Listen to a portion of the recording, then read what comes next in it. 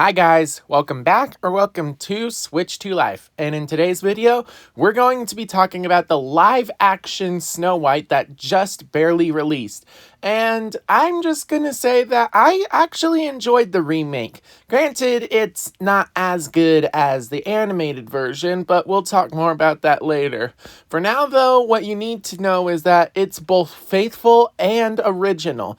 Sure, it misses a few beats here and there, but for the most part, I would call it a pretty faithful adaptation. But with that in mind, let's talk about it. First off, the cinematography is pretty amazing. And of course, there's also the character designs, which I really love the wardrobe and the costumes that they chose. Though sometimes I will admit that the peasant folk, like the common people, their outfits are so lackluster to the point where it just feels like a bunch of people cosplaying. Then this is actually accurate to what was happening in this age. There's also the background and scenery, which I will admit, I love the forest sequences, I love the castle sequences, but when you get to the dwarves' cottage, that's where it kind of throws off the illusion, in the sense that this place looks like it was just barely built, and it looks way too clean, despite the fact that supposedly, according to the dwarves, they've been living there for over 270 years. And then there's the choreography, which I will admit that despite the fact that this movie's a musical, it's really enjoyable, and the choreography really nails it. However, I do have a complaint about the music. Sure, I really loved the music in this. In fact, I would say it's better than the original. The problem is that there are two songs that are left in the original that didn't make the cut to this movie, aside from maybe being instrumental background music. There's the one where Snow White is singing I'm Wishing, and the one where Someday My Prince Will Come.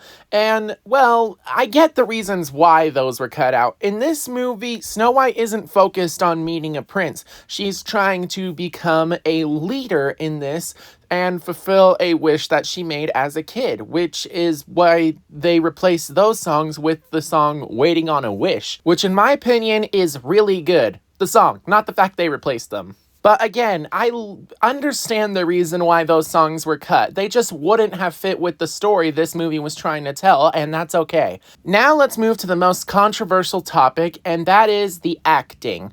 Obviously, I would say the acting is extremely good. They picked some incredible actors. The problem is the background of these actors and how they seem to not really want to honor the original film.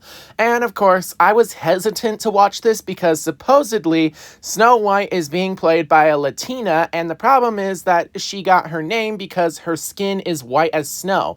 That is not the case here.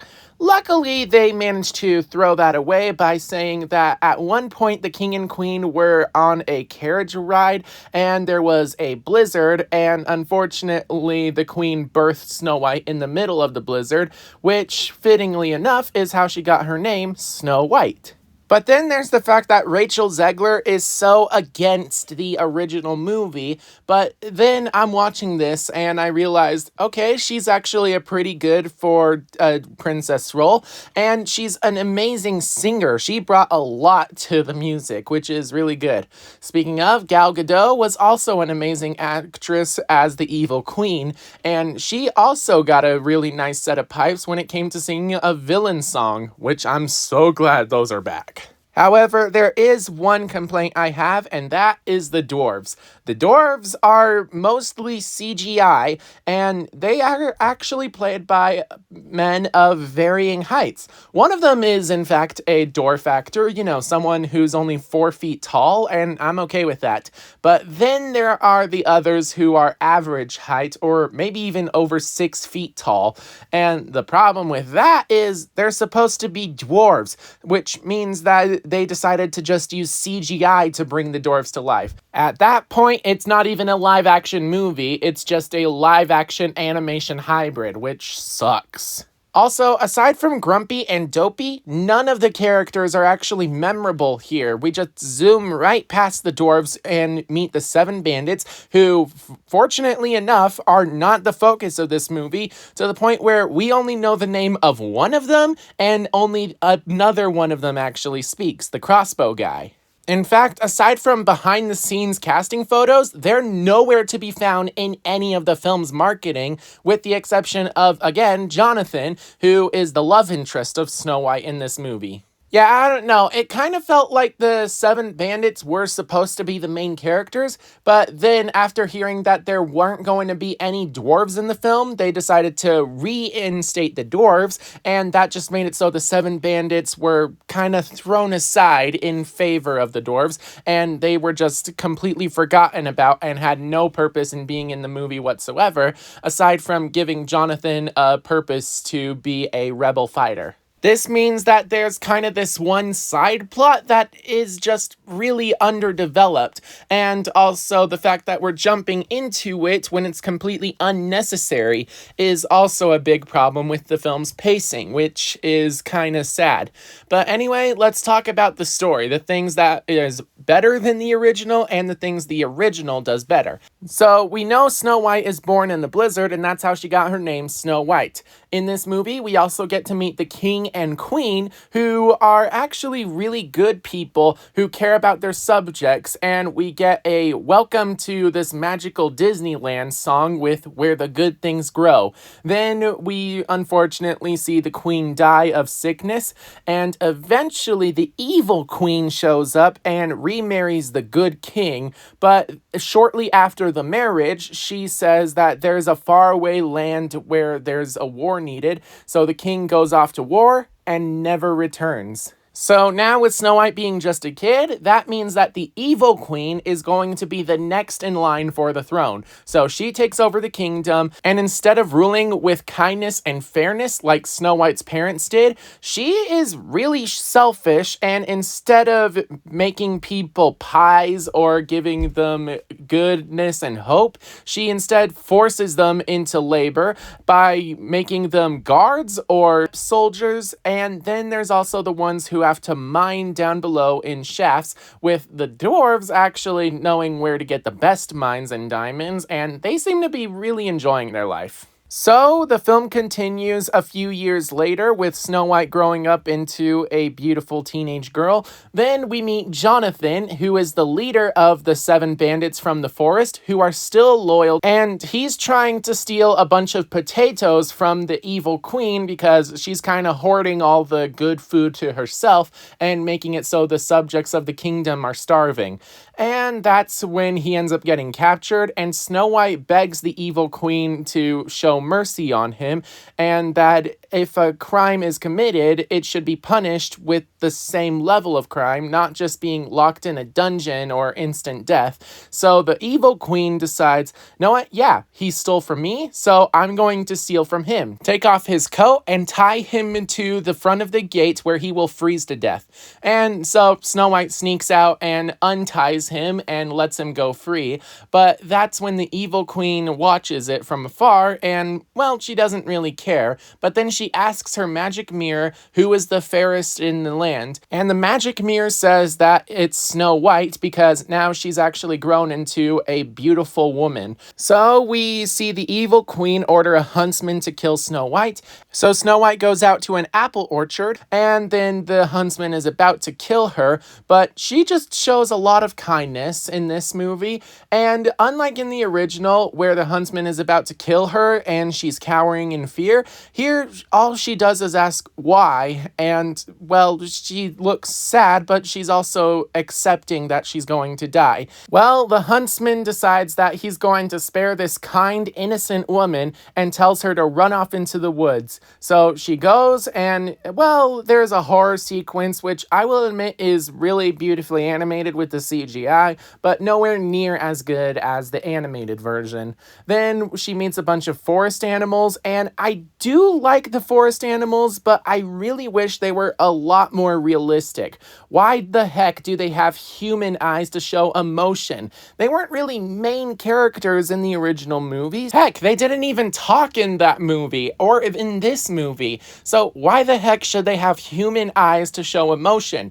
Animals do just fine showing emotion with body language and animalistic eyes. But yeah, they take Snow White to a cottage, and immediately she goes upstairs to the dwarves' bedrooms and falls asleep on 3 of their beds.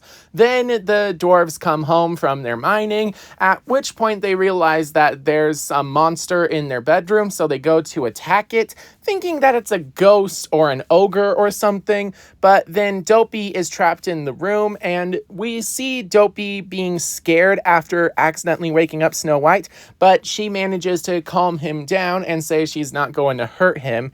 But then she realizes that the queen is going to find her and put these dwarves in danger, so she's going to once again leave. But then there's a storm outside, and the dwarves decide to let her stay, not only because she's beautiful, but because she was also really kind to them. With the exception of Grumpy, who is like, she can only stay 1 night, that's it. And while all that's happening, the huntsman says that he got Snow White's heart and put it in the jewelry box, but then she opens the box and discovers that it's just an apple. Really kind of disappointed that it wasn't the heart of a pig. So the evil queen performs a power ballad about how all is fair when you're the queen. You make the rules and decide what's fair. Then, of course, she punishes the huntsman by throwing him in the dungeon. So the evil queen orders her army to track down and kill Snow White themselves.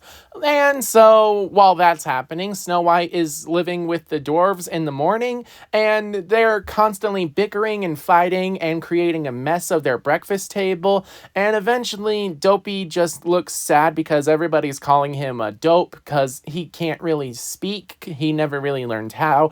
And so Snow White is out there and having a heart-to-heart with Dopey, which I really loved, and even teaching him how to whistle. Because when you whistle, it means that your heart is singing. So Dopey starts whistling to communicate with the dwarves, and we get the song Whistle While You Work, which I really found to be pretty good because at this time, instead of Snow White and the animals doing the cleaning, it's the dwarves and a couple of the animals doing the cleaning, but nothing from Snow White, which is really, really bad. Now, I get it. At this point, the film is trying to show that Snow White has potential to be a leader by inspiring the dwarves to clean their own house. The problem is that, again, the house just already looked clean before they got in their bickering mess and created the mess. And then there's also the problem of Snow White not helping out at all, because I know that she's supposed to be inspiring them as a leader, but isn't a leader also supposed to serve his subjects, especially a good king? And the whole point of Snow White is she's kind, and here she's just dancing willy-nilly while also letting the dwarves dance as they clean and not even doing any cleaning herself, which is really bad if you ask me. Anyway, Snow White decides to leave the cottage and go out looking for the 7 bandits, and the reason is because Jonathan, the leader of the bandits, said that they are loyal to the good king, which in Snow White's mind means that there is potential that the king, her father, is still alive. So she goes out looking for him, and that's when Jonathan announces that they have no idea where the king is, and they believe that the king is locked up in a dungeon in some faraway land. Then Jonathan introduces Snow White to the rest of the 7 bandits, and then they're all attacked by the queen's men who are hunting Snow White. Snow White wants to help fight with the bandits, but they decide to not let her, and, well, she decides to fight in her own way by convincing the animals to dress up as her, and they use that to distract the guards from hunting the bandits. Unfortunately, one of the bandits stays behind and is about to kill Snow White, but instead Jonathan leaps out and takes the arrow for Snow White, at which point they run away to the dwarves' cottage because Doc is supposedly a doctor, except he's not. He's just a studier of rocks. And using his rock knowledge, he tries to fix Jonathan so he doesn't die, and he manages to, but it's a very painful process for Jonathan, I'll imagine. And the dwarves and the seven bandits decide to celebrate with the same song that was in the original. And then we also hear a love song between the inner monologues of Snow White and Jonathan as they realize that the two of them love each other. And that's when they realize that the queen's men are coming, and the seven bandits decide to have Snow White stay at the cottage while they distract the queen's men from finding her. And that's exactly what happens. The problem is that while the other bandits manage to get away, Jonathan is captured and taken directly to the queen. And, well, earlier, in the process of confessing their love, Snow White ends up giving Jonathan her necklace, which was given to her by her father. The words on the necklace inspire her to be kind, fair, brave, and true. And so that's when the evil queen realizes that since Jonathan is wearing the necklace, he knows where Snow White is. She asks the guards where they found him, and that's when she realizes there's a dwarven cottage near that area.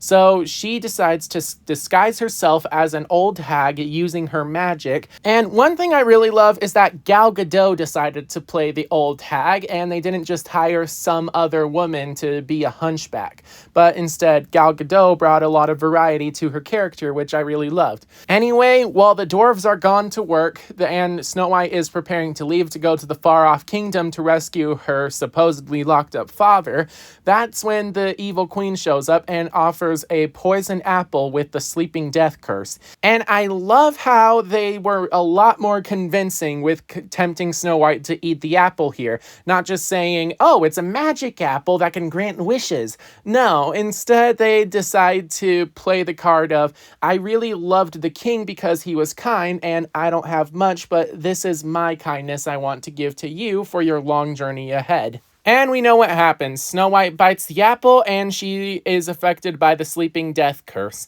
And before she falls asleep, the queen reveals that she is the one who killed the king by, luring him away from the castle and then using her magic to do so. Yeah, it's not really a coincidence that the second they got married, the king supposedly disappeared. And so Snow White falls asleep, realizing the truth, and the dwarves return home to find her sleeping.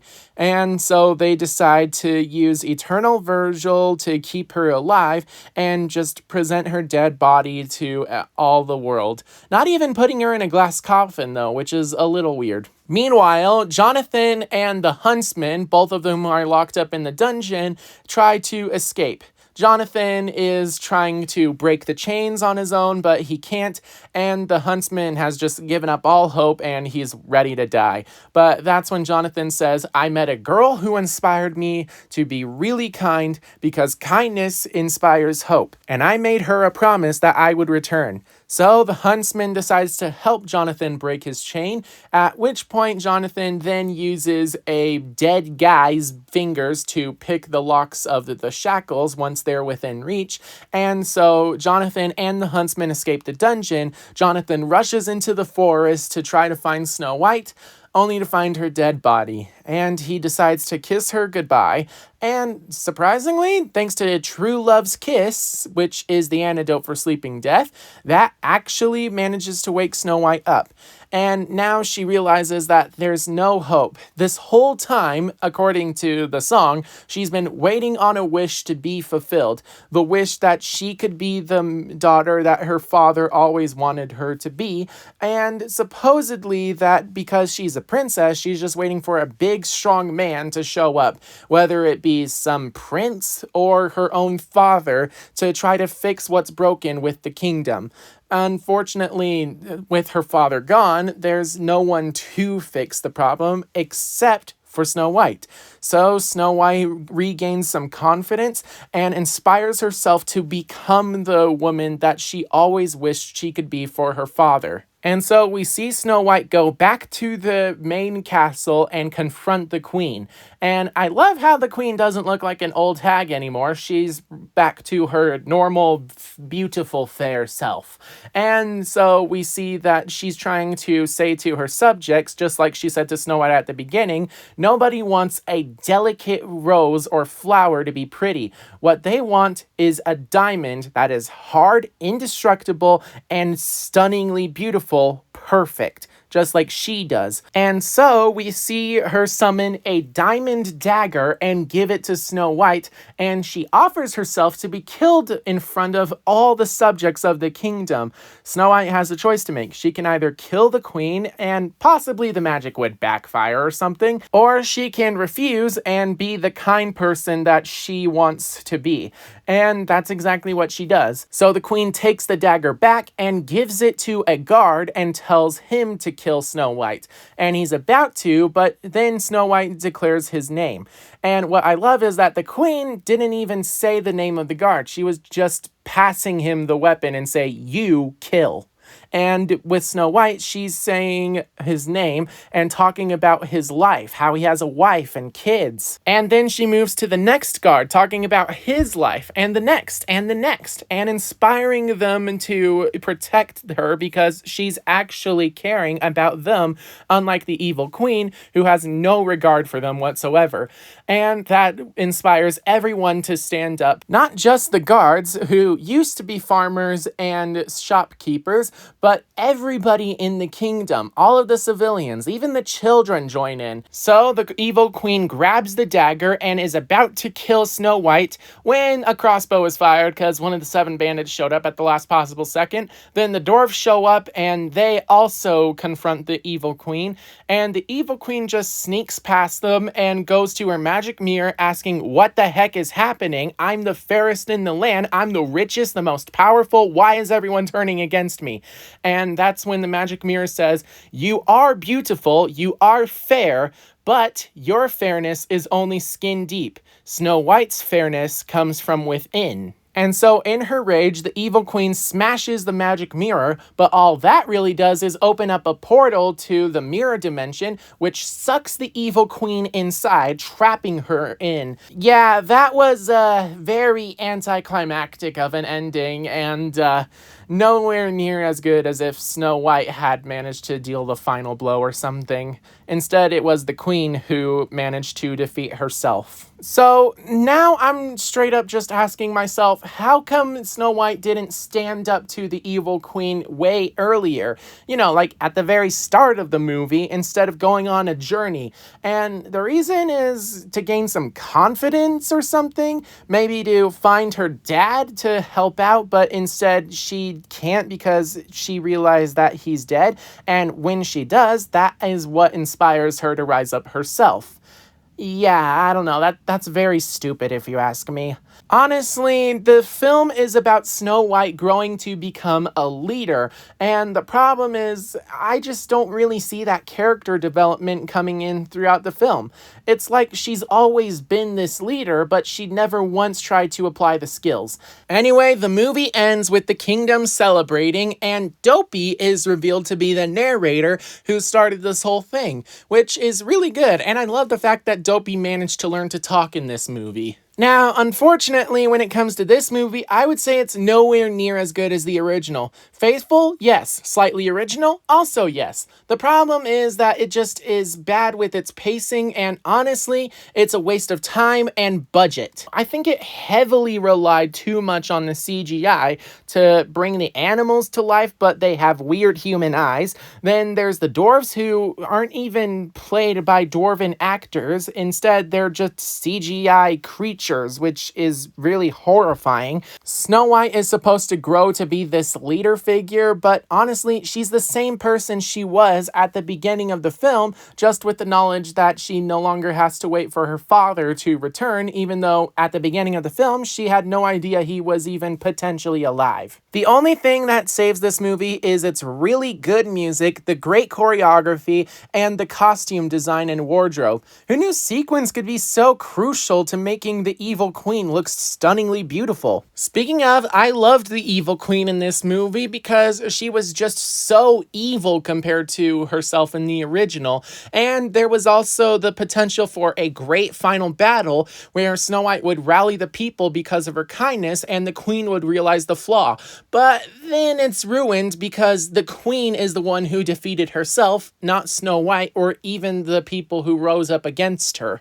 So, while I do think this movie is good thanks to its music, choreography, and honestly a really good message, the problem is it just wasn't delivered in the best way possible, and this movie just felt like a waste of time and definitely a waste of budget, especially considering the 7 bandits who feel like they were supposed to be important, but then they had no involvement in the plot whatsoever, aside from the crossbow guy shooting the dagger that was going to kill Snow White. Honestly, though, I walked out of this movie thinking, wow, this was actually a really good movie. But, given time and enough time to write a script for this review, I realized it has its problems and it's nowhere near as good as it needs to be. So there's that. But what do you guys think? Make sure to leave your thoughts down below in the comments section. And also, if you're gonna boycott this thing and wait for it to come to Disney Plus. Because from what I'm seeing, lots of people are boycotting this thing just because they don't like Rachel Zegler, who I'll admit, not really the best person, but definitely brought her A game when it came to playing this role. But what do you guys think? Make sure to leave your thoughts down below in the comments section. And if you want to support the channel, please join my membership program. And if that's not for you, then do the free option and subscribe. Speaking of, let's see if we can get this channel to 1,000 subscribers before Disney's next live-action remake, Lilo and Stitch, hits theaters. And honestly, I can safely say that this one looks hundreds times better than the Snow White one. So feel free to subscribe and keep an eye out for when I eventually do a review. But with that in mind, I hope you're staying safe out there, and I will see you all in my next video. Bye-bye. Corporate needs you to find the differences between this picture and this picture. They're the same picture.